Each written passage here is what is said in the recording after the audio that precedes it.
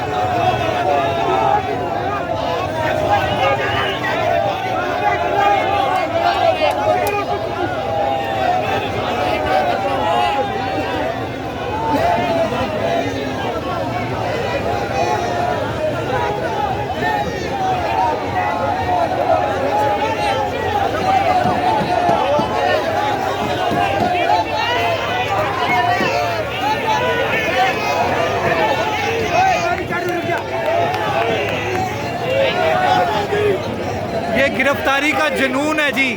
ये जुनून किसी और पार्टी में आपको नज़र नहीं आएगा।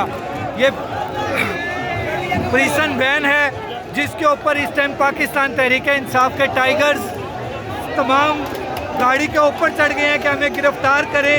ये सब गिरफ्तारी देने के लिए इतने पुरजोश हैं, मगर राना सनाउल्लाह की तरफ से किसी किस्म का कोई भी आर्डर नहीं आ रहा कि इन्हें गिरफ्तार किया जाए। ये देखें, पैसेंजर वैन इस टाइम पहाड़ी का मंजर पेश कर रही है और नारे लग रहे हैं, लेके रहेंगे आज़ादी, आज़ादी, आज़ादी, आज़ादी, आज़ादी।